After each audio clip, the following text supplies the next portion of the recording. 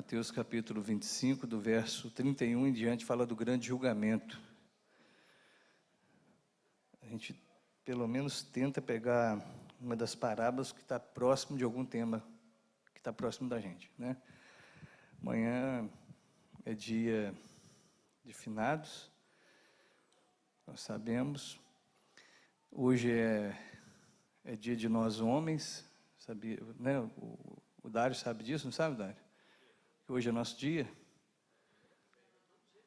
Não, hoje é dia de todos os santos, né? Então, hoje é o nosso.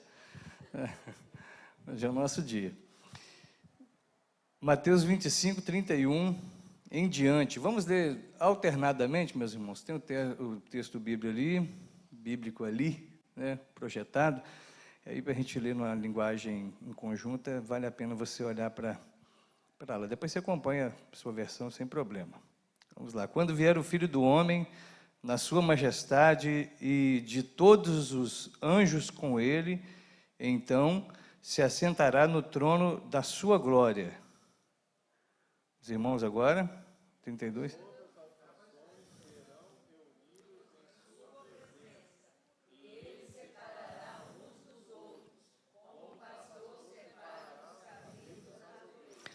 E porá as ovelhas à sua direita, mas os cabritos à esquerda.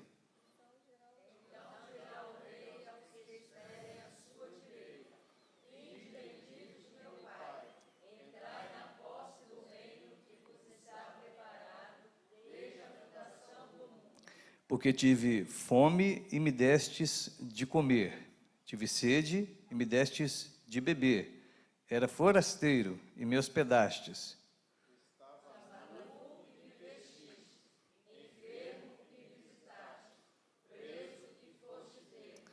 Então perguntarão os justos: Senhor, quando foi que te vimos com fome e te demos de comer?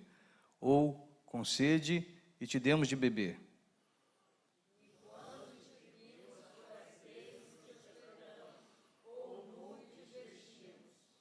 E quando te vimos enfermo ou preso e te fomos visitar?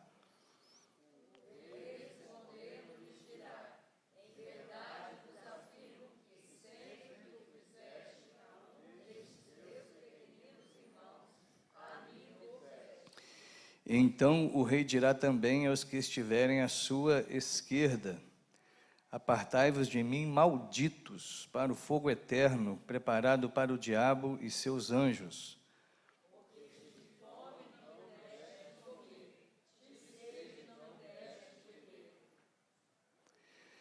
Sendo forasteiro, não me hospedaste, estando nu, não me vestistes, achando-me enfermo e preso, não foste ver-me.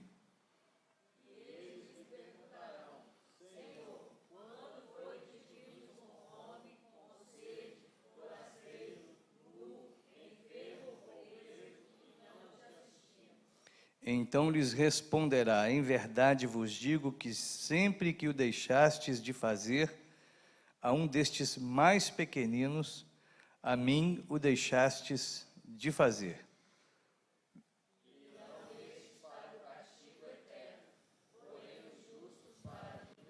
Amém. Vamos orar. Senhor Deus, em nome de Jesus, queremos e precisamos ouvir sua voz, entender sua palavra e obedecer sua palavra. Pedimos que seja assim, que esse nosso encontro seja mais uma oportunidade de encontrar com o Senhor, com aquilo que o Senhor diz, que isso fique nítido, claro, evidente para todos nós, e que ao sair daqui saiamos com mais um pouco de vontade de fazer o teu querer, de viver para a tua glória, em nome de Jesus. Amém. Vamos lá, meus irmãos, como é nosso costume, vou dar a vocês um tempinho para vocês falarem o que vocês leram, o que vocês gostaram, ou o que chamou atenção nesse texto que é grande, mas você percebe que está falando o mesmo assunto, porque ele repete a mesma situação duas vezes, só que ele deixa bem claro para um e para outro o que está acontecendo.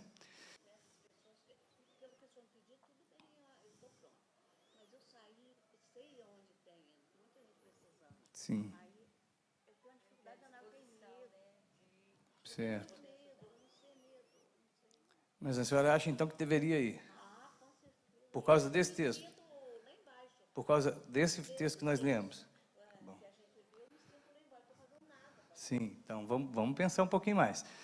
Bem, meus irmãos, a primeira coisa que eu quero que você... Tem mais alguém que quer falar? Quer falar? Lá em cima? Que a gente precisa olhar, o texto está falando do início ao fim sobre o quê? Condenação e livramento. Céu e inferno. É o assunto. Ele vai mostrar para a gente como que isso acontece. Então, parece óbvio, parece que é chover no molhado, mas existe, tá, gente? Esse negócio de condenação existe. Jesus falou disso. Você sabia disso, não sabia? Sabia, você sabe disso. Eu sei disso. Por que a gente precisa reforçar isso em momentos como esse? Porque vai aparecer em algum momento que você acha que, sim, isso não rola. Você acha que Deus vai fazer uma maldade com alguém? Deus vai condenar alguém? Vai. Claro que vai. Tem gente que pensa que não, que no final vai ser uma grande, sabe, uma grande pizza, vai tudo terminar em pizza, né? No fim dos tempos, tudo vai acabar em pizza. Não. Olha aí para você ver, está falando no verso 46, que é o último do texto, fala, e irão estes para o castigo eterno, porém os justos para a vida eterna. Lugares diferentes, situações diferentes. Tá? Quando vier o Filho do Homem na sua majestade, verso 31, está lá no início do texto. E todos os anjos com ele, então se assentará no trono da sua glória, e todas as nações serão reunidas na sua presença, e ele separará uns dos outros. Aí vem a parábola, né? Como o pastor separa dos cabritos as ovelhas. Vai acontecer uma separação, a distinção, e porá as ovelhas à direita e mais os cabritos à esquerda. Haverá, sim, uma separação de pessoas, acepção, né? O pessoal fala que Deus não faz acepção de pessoas. Agora está dando oportunidade para todo mundo, mas no grande dia não haverá. E é um único grande dia, um único grande dia. Quando vier Jesus, tal, acabou. A chance é agora, a oportunidade que temos hoje. Que eu tenho, que a minha família tem, que as pessoas que eu conheço têm. Essa oportunidade se limita ao tempo de hoje, o tempo de agora. Porque quando ele vier, não terá mais outra oportunidade. Está claro isso? Isso tem que ficar muito claro. A gente tem que saber que Jesus volta. Claro que a Bíblia estipula momentos, situações, acontecimentos que são impossíveis, não, perdão, são imprescindíveis que eles aconteçam. Eles têm que acontecer primeiro. O evangelho do reino tem que ser pregado a todas as nações. Isso ainda não aconteceu. Teve uma época que o cristianismo até achou que já tinha acontecido isso. Porque a definição de nações, a leitura que se fazia de nações era nação organizada, povo reconhecido. Depois vai lendo com mais... e também porque Jesus não voltou, né? Então, peraí, aconteceu alguma coisa errada. E foram ler novamente as coisas, foram perceber que a Bíblia não está falando de nação organizada, porque tem um governo instituído, seja ele democrático ou não. A Bíblia fala de etnias, de povos, de pessoas. E aí a variedade é muito maior do que a gente imagina. E isso ainda não aconteceu. Apesar de, em um período da história, aliás, em vários períodos da história, o próprio povo cristão, o cristianismo, os estudiosos acharam que, opa, estamos batendo a meta. Está acabando, e se a gente ficar acabando, aí não vai faltar nada para Jesus vir. Que joia! Mas não era bem assim. Era um engano, um erro de cálculo. Parece mais ou menos quando você vai fazer uma viagem, você acha que é simples, e o GPS te dá uma quantidade de quilômetros lá, mas quando você começa a andar, aumenta. É porque ele não tinha calculado a rota inteira, e você vai ver que ainda tem mais chão para andar. É mais ou menos isso. Com respeito à separação aqui, meus irmãos, outra coisa que eu quero que você pense comigo é o seguinte: a Bíblia fala de se fazer boas obras, de se cuidar, de se ajudar pessoas carentes. A Bíblia fala disso? Fala ou não fala, meus irmãos? Fala disso, tá? Pois é, eu também sei que a Bíblia fala disso. Tiago até fala que uma fé sem obras é morta, tá? Uma fé sem obras é morta. Mas não é porque a Bíblia fala isso, que toda vez que a gente lê sobre isso, ela está falando a mesma coisa. A gente precisa ler a Bíblia com mais cuidado, para poder perceber de quem é que Jesus está falando aqui. E aqui, eu queria que você desse uma olhada com bastante cautela agora na sua Bíblia, olhar, você vai ver que ele não está falando de qualquer necessitado, de qualquer preso, de qualquer doente, de qualquer enfermo.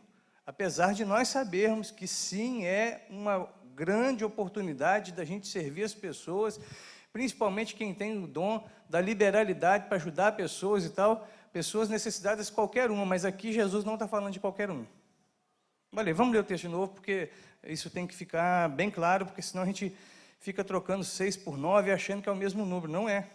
Não é o mesmo número.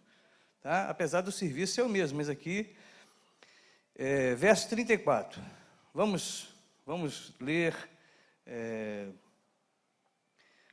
vamos ler o verso 34, 35, 36 de novo,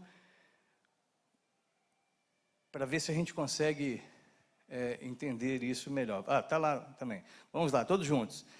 Então dirá o rei aos que estiverem à sua direita: vinde benditos de meu Pai, entrai na posse do reino que vos está preparado desde a fundação do mundo. Espera um pouquinho, vamos parar aqui desde a fundação do mundo.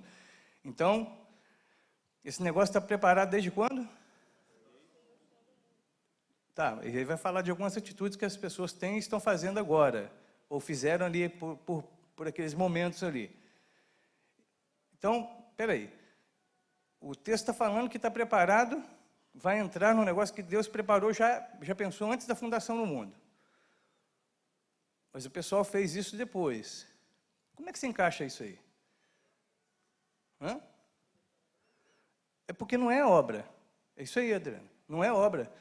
As obras que são feitas agora, que ele vai falar de comida, de vestuário, de cuidado que ele recebeu, não é o que realmente botou o nome dessas pessoas lá. Elas são, na verdade, frutos porque foram preparados para eles desde a fundação do mundo.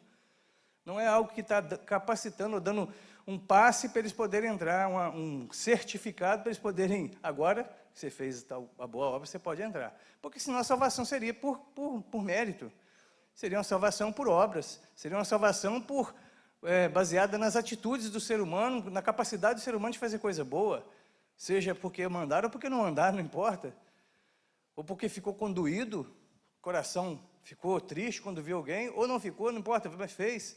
Eu fiz, eu estou ganhando direito ao céu. Isso não pode passar na nossa cabeça, meus irmãos. Na cabeça do pessoal lá fora, pode. Eles até pensam assim, tem gente que faz, vai ter gente agora que vai lá limpar, amanhã, né? Vai lá limpar o cemitério, vai fazer um monte de coisa, vai acender vela, porque estão achando que estão fazendo alguma coisa para alguém, para merecer, ou para poder a pessoa também ficar na boa, lá onde ela estiver. Para nós, essas coisas não são assim. Deus pensou nisso antes da fundação do mundo. Continuamos, verso 35. E aí, como é que está escrito? Porque tive fome. Quem teve fome? Quem? Oh, Jesus? Jesus? Sim ou não, meu irmão? Quem pensa que é Jesus, levanta a mão. Vamos ver. Só eu e o Wallace e a Creuza. O Mar também. Lá em cima, não. Jesus. Eu tive fome. Porque senão ele falava, porque as pessoas tiveram fome, vocês deram a elas de comer. E ele vai usar da mesma maneira aí. Olha aí de novo. Porque tive fome e deste para mim. Tem alguém com a Bíblia uma versão mais simples aí? Essa nossa não é uma linguagem muito boa, né? Então, vamos ver como é que tá, como é que foi feita a tradução, hein? NVI? Você está colocando... Não, você está querendo o que fazer? Mudar aí em cima? Ah, tá bom. Põe NVI também. Se tiver alguém com a Bíblia diferente da NVI, nova tradução da linguagem de hoje, sei lá. Linguagem o quê? Atual? Vamos testar também. Vai lá, porque eu tive fome. Tá bom? E vocês me deram de comer. Na NVI está assim. Tá? Hã? Eu já li. Eu li agora. E como é que está na sua aí, Lindiane? Isso. Está simples, não está? Está fácil. Não está? Tem algo diferente aí, Daniel? É assim mesmo. Eu tive fome, vocês deram de comer a mim. Então, não é qualquer pessoa, é para Cristo. Isso envolve duas questões. É aquilo que a gente faz para Deus, mesmo que faça para o outro, e o outro ser um segmento de Cristo, um seguidor de Cristo, um servo de Cristo. Aí ele vai falar, meus pequeninos irmãos. Não é qualquer, vamos pensar, qualquer necessitado, mas é o crente que serve a Deus e que precisa de algo, e aí ele é atendido na sua necessidade. Quando fazemos para um crente, um filho de Deus, Jesus fala assim, fez para mim. Isso não é tão difícil de entender quando a gente lê sobre a conversão de Saulo. Lembra como é que foi a conversão de Saulo? Por que você me persegue, Saulo? E ele fala, como que eu te persigo? E quem que Saulo perseguia? Os cristãos, os crentes, os presbiterianos, os calvinistas, não tinha nada disso, né? Era gente que estava lá, ele perseguia nossos irmãos.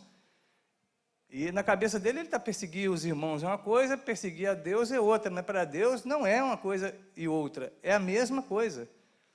Quando toca em nós, de forma carinhosa, é carinho para Jesus. Quando, sabe, faz algo de ruim para mim, para você que é crente, está fazendo para ele. Ele olha para o povo dele como um só. Nós somos irmãos, nós somos membros do seu corpo, que ele é a cabeça. Então, não é qualquer necessitado, mas o crente necessitado, toda vez que é atendido, seja por mim ou por até por um incrédulo, aquele incrédulo está fazendo algo para Deus. E se faz mal também, se judia, se é descaso, está fazendo descaso com Jesus. Esse texto aqui não pode ser usado para poder você pensar que tem que ajudar todo mundo. Está falando de ajudar os irmãos mesmo. Agora, em outros lugares, a gente sabe que tem que ajudar os necessitados também. Tudo isso é bem-vindo, Wallace, mas não podemos aplicar isso como, toda vez que fazemos isso para qualquer pessoa, estamos fazendo para Jesus. A gente faz em nome de Jesus. Agora, quando fazemos para um cristão, estamos fazendo para Jesus. E quando deixamos de fazer para um cristão, estamos deixando de fazer para o próprio Deus. É isso que a Bíblia está dizendo nesse texto. Em outro lugar vai falar de cuidar e tal, de dividir, a gente sabe disso. Mas a gente não pode. Sabe por que o perigo? O perigo é de ler e achar que qualquer necessitado, e aí é pensar, a nossa irmã com o coração aflito, achando que ela está pecando. Não porque não está atendendo, se a senhora pode atender de alguma maneira, existem riscos de fato. É interessante procurar, quando for fazer algo desse tipo, procurar mais gente para estar junto, ou alguém que já faz e a gente apoiar ali. Que às vezes tem pessoas que fazem isso com mais destreza que a gente, né? Nós estamos aí paquerando uma parceria, né? Oferecer um braço nosso aqui para um projeto que trabalha com morador de rua e com homossexuais.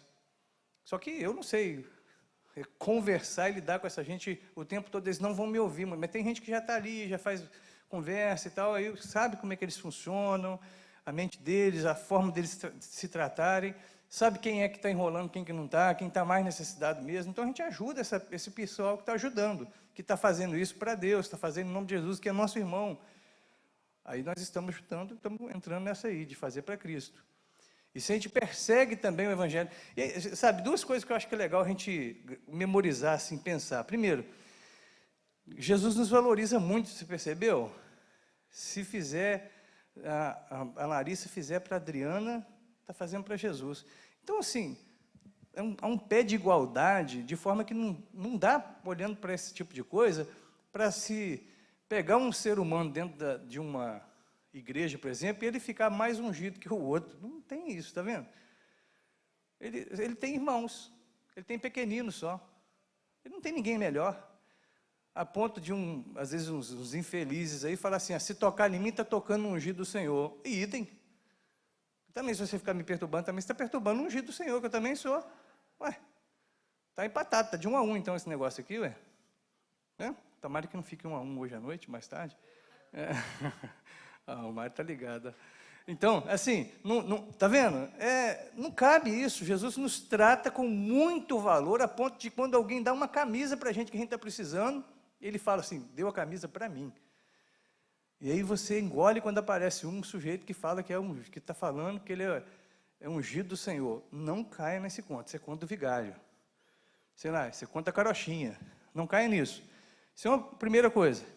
Tá? A outra é o risco da gente achar que Jesus se identificou com o pobre, com o necessitado. De forma que, para fazer para Jesus, tem que estar sempre necessitado. Então, todo necessitado é Cristo. Cristo está ali? Não. Não. Isso aí é outra conversa muito torta, muito torpe. É pegar a Bíblia e ficar empenando ela assim, do jeito que a gente quer. Fazer da Bíblia como se ela tivesse um nariz de cera. Você aponta para o lado que você quer. Jesus falou mesmo. O pobre sempre tereis convosco, eu nem sempre. Lembra desse texto? Acho interessante, foi citado esses dias aqui no seminário de finanças. Jesus não se colocou junto com os pobres como se ele fosse pobre, não. Falou, pobre, você tem ele toda hora. Eu não. Eu não sou pobre. Ele realmente não era. Não era milionário, mas também não era pobre. Isso não tem nada a ver, só estou dizendo que tem hora que a gente pensa assim, que se eu fizer para o pobre, eu estou... tem um movimento aí de missão integral, não sei o quê, que também já está saindo de moda, já está perdendo a força, porque é modismo, que caminha nessa linha. Pobre, é o pobre, é o pobre. De forma que quando mata um monte de pobre, é feio, é triste. Mas aí ele pensa que... mas se matar policial, aí não tem problema. Porque o policial é a força opressora que está machucando o pobre.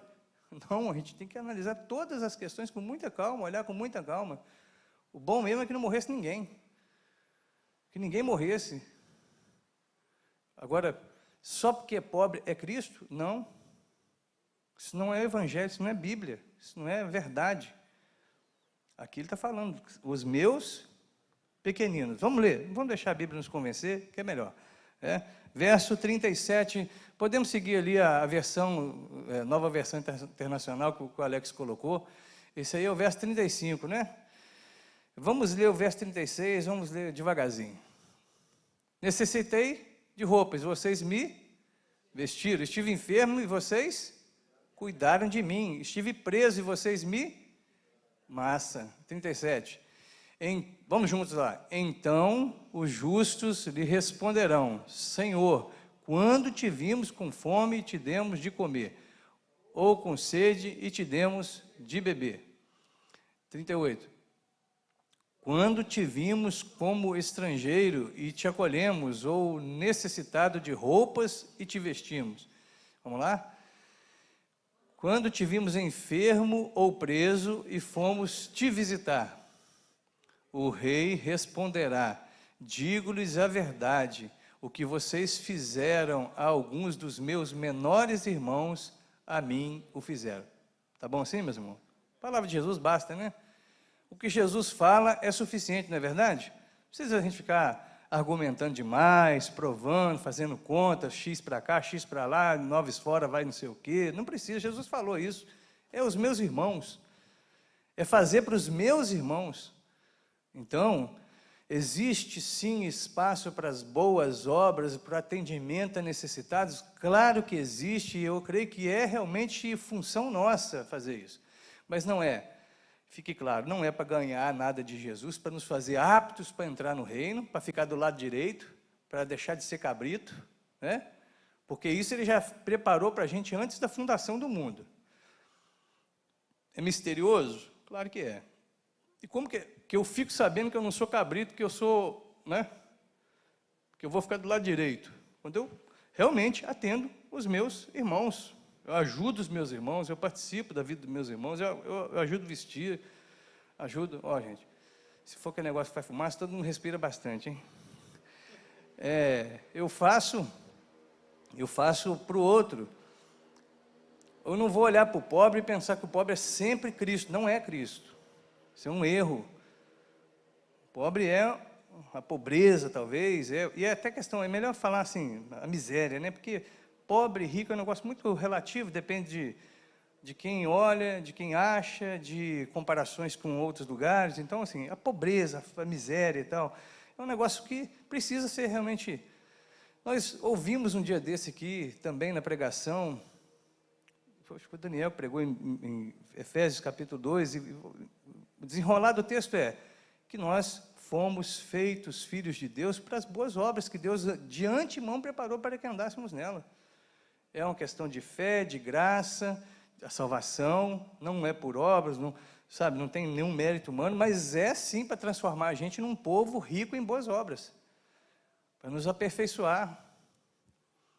Paulo fala para Timóteo isso, que a Bíblia é eficaz realmente para poder ir ajustando o ser humano, o homem, para que ele se torne perfeito e perfeitamente habilitado para viver a vida do jeito que Deus quer, até que ele tome uma estatura correta.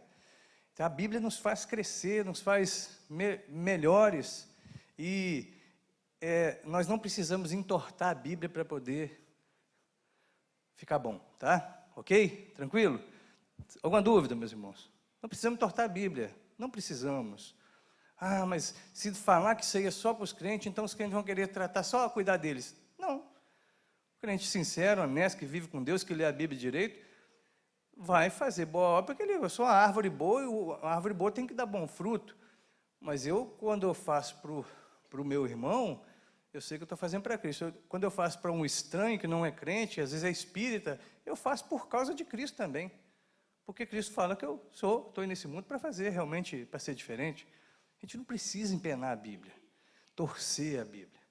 Um colega chegou para mim algumas vezes, eu conversando com ele, ele tem uma postura bem diferente da minha com respeito a determinadas, por exemplo, música, por exemplo.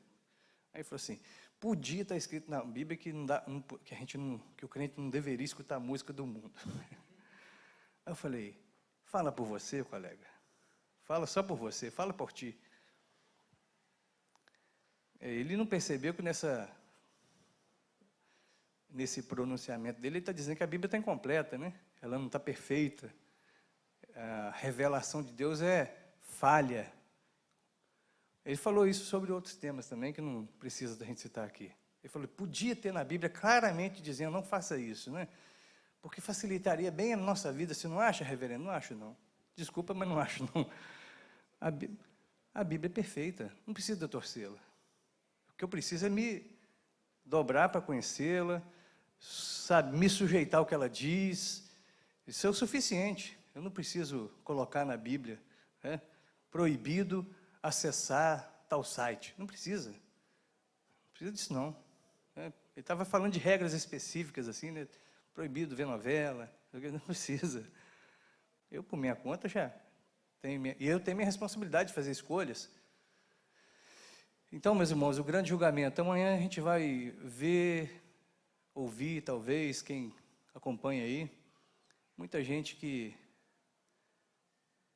pensa que o grande julgamento, que o grande dia vai acontecer por causa dos méritos deles.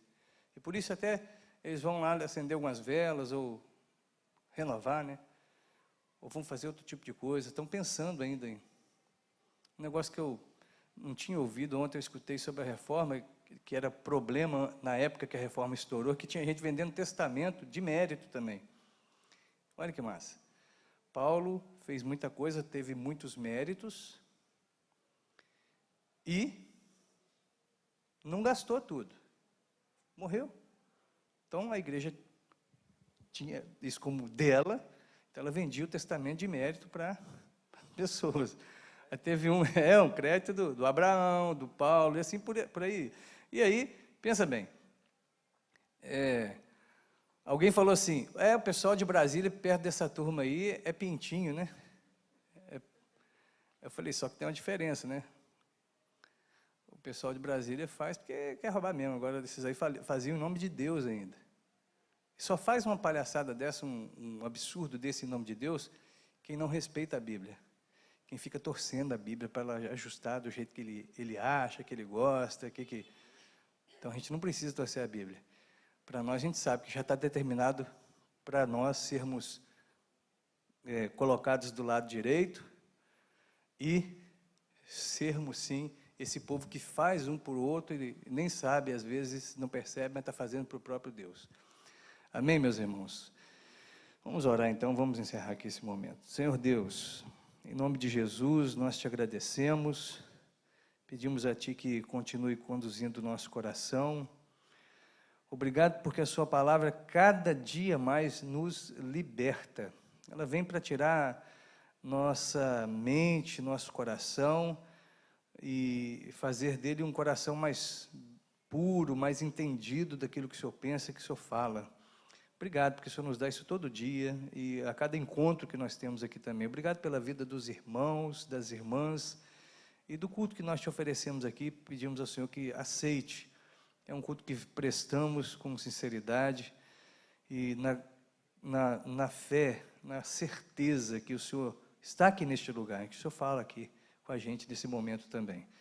Conduza cada um de nós com cuidado, com teu cuidado para os nossos lares, em nome de Jesus. Amém.